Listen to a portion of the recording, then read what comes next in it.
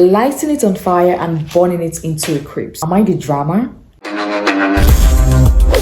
I have been an overthinker all my life, and it has cost me a whole lot. My business, some of my relationships, and my goals. I observed that I stopped being so free, and I often get stuck in my own thoughts. One time, I asked my husband what he was doing, and he said nothing. How on earth does anyone just sit and do nothing? Think nothing and just simply sit? I couldn't understand how. Because for my own case, it is completely different. I am always thinking about something. We all have thoughts. Negative, positive, or intrusive thoughts, and we swim through our thoughts every day like a fish swim through water. Sometimes we even get stuck in an endless loop of overthinking, obsessively worrying about something or struggling with our own thoughts. In this video, I'm going to be sharing with you how I was able to look at my thoughts instead of looking through it. And this is called cognitive diffusion.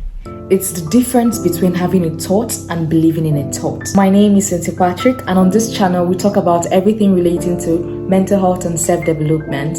If you just see me for the first time, welcome to my channel. So please do make sure to subscribe. If you end up loving this video, it will indeed be lovely to have you as part of the community. Let's properly define overthinking.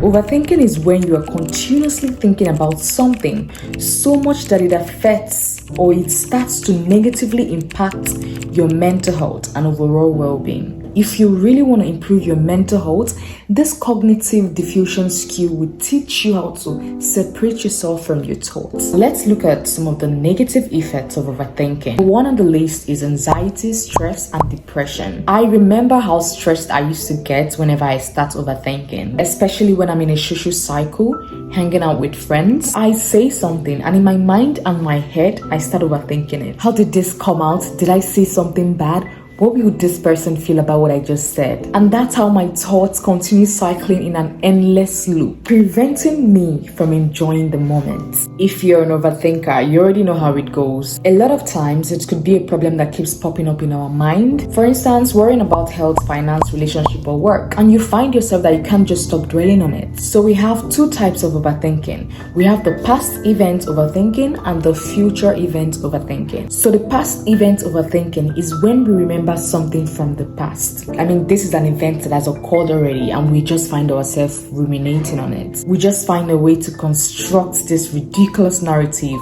around it. Oh, this happened. Why did it happen that way? Does that mean that?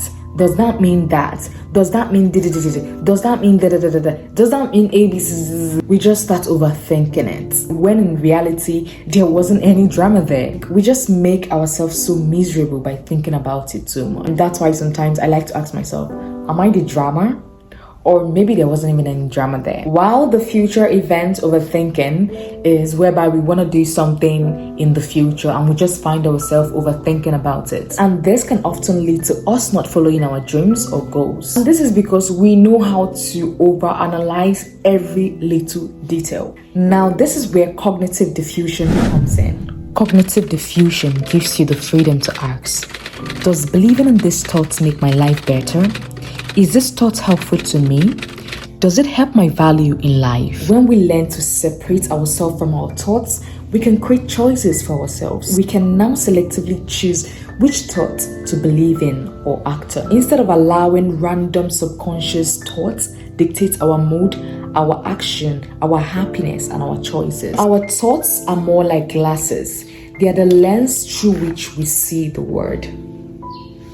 If we think that the world is so mean to us, that's because that's what we choose to see. Also, if we believe that something is a certain way, then it becomes hard to change. So here are a few tricks. Okay, I think I've had enough. So here are a few tricks that have helped me through my overthinking journey. And number one on that list is awareness. So, before I didn't know I used to do this. Like whenever I started overthinking, I didn't know that I used to overthink, that it's overthinking, like the name to just label it. I would always say to myself, oh my god, I'm always worrying about something, I'm always anxious, do I have anxiety? I was always worrying about something, until the moment I started realizing that, oh my god, this is actually overthinking. And in that moment I started paying closer attention to myself and being more observant to whenever I start overthinking. And this is because you can't stop something if you don't know when it's happening or how it happens to you. Don't be scared to acknowledge that thought and its presence. It doesn't say anything about you. But if you're gonna believe in a thought and act on it, make that a conscious choice. Bruce Lee once said, I have a system of getting rid of all my negative thoughts. I visualize myself writing them down on a piece of paper, and then I imagine myself crumpling up the paper, lighting it on fire and burning it into a crisp. So as for me, I am no longer scared to have that thought because it's my choice to either believe in it or burn it. Not all thoughts are bad. Some thoughts are helpful and some are not. Another way for me is giving those thoughts names. Sometimes when I catch myself overthinking or wallowing in my own thoughts, you know what I do? What I do is that I tag those thoughts names. For example, negative thoughts, positive thoughts. This helps me to separate myself immediately from overanalyzing. So I often try to balance those thoughts with the alternative, which is the best case scenario for me. So another way is the distraction tactic.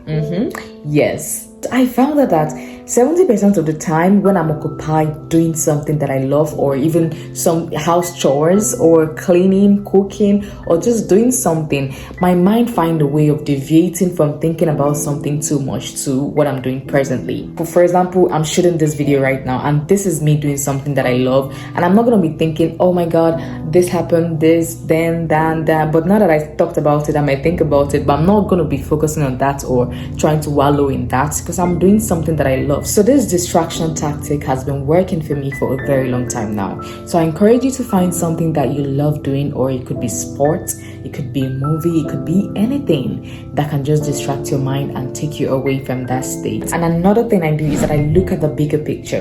How will this issue floating around in my mind right now affect me or be of relevance in the next 5 to 10 years? Okay, yes, my week falls off from my head right now, but are you going to care about it in the next 5 to 10 years from now?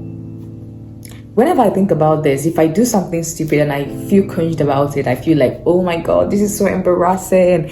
I feel like, okay, I tell myself, is this going to matter in the next 5 to 10 years? And if I feel like, no, it's not going to matter, I just let go of it and I stop overthinking about it. Because that's the issue with us overthinkers. When something happens, we try to analyze, think about it.